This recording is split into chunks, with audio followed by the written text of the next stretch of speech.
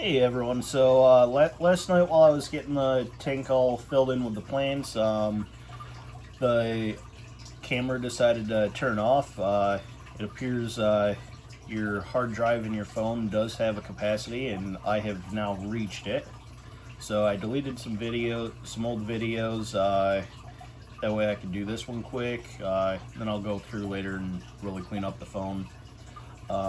So anyway, I got the tank filled back in with water. I used distilled water from the store. They unfortunately only had 15 gallons. They didn't have the full 20 that I needed, so it's still a little bit underfilled, but they should have a truck coming in this morning, so I'm gonna go back and check for more. I'm remineralizing with the B shrimp GH plus, and to achieve the proper amount of minerals in there, I'm just using a TDS pen, total dissolved solids. Preferred range for Cardina is 100 to 180. The breeder that I'm getting them from, Poseidon Pets, he does around 120, I believe. So that's what I was targeting. The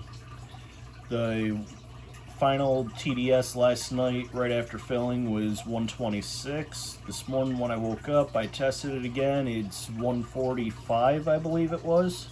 So it did raise a little bit. I'm suspecting maybe a little bit of ammonia or something from the soil, or possibly because I've got an old filter in there, maybe some nitrates or nutrients leached into the water column.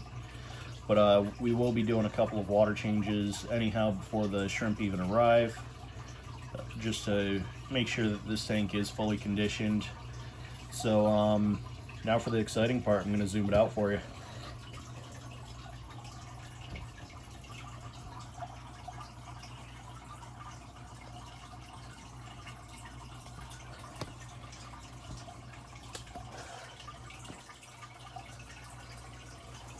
So the filters that I've got in here right now is an AquaClear and Penguin.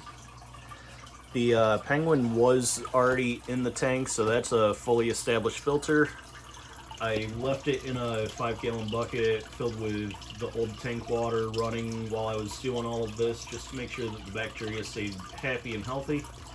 And then in the AquaClear, that is all brand new filter media, so I'm gonna leave both of these running until the AquaClear starts looking a little bit grungy, and then I know it's probably safe to remove the Penguin filter. I am not going to be running both once the shrimp arrive. That's going to be way too much flow. And also I'm going to be building a flow damper for the AquaClear. Let me adjust the camera for you quick so you can see why.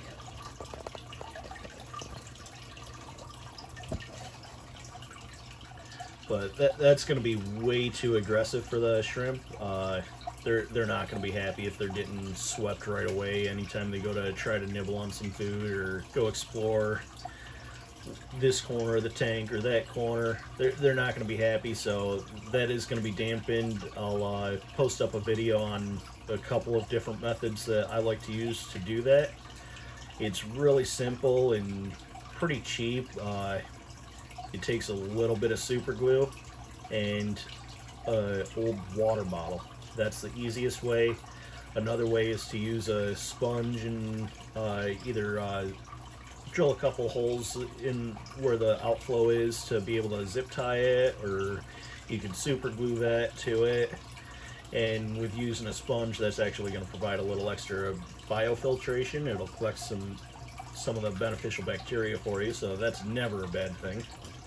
And then also it'll provide a little bit of shade for the shrimp, so and another spot for them to graze on.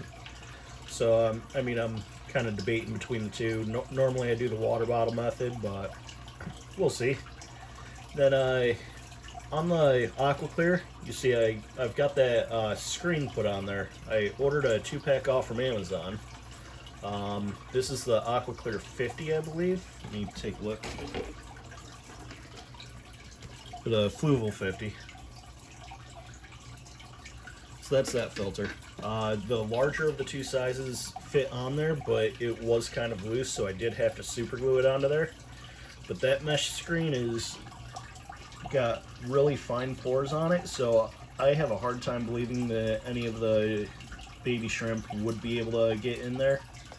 Just as a precaution, I do have another pre-filter sponge coming in that I'm going to pop over it just as an extra little bit of wiggle room there.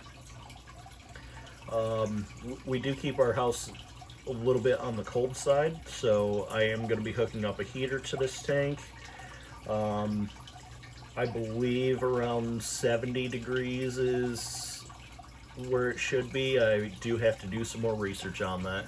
This is my first time caring for Cardina shrimp, so I'm still very new into this. If I'm getting any of the information wrong on their care, please someone jump in and correct me. The last thing I want to do is jeopardize the health or happiness of my new shrimp. Thank you all for watching, and we will see you next time.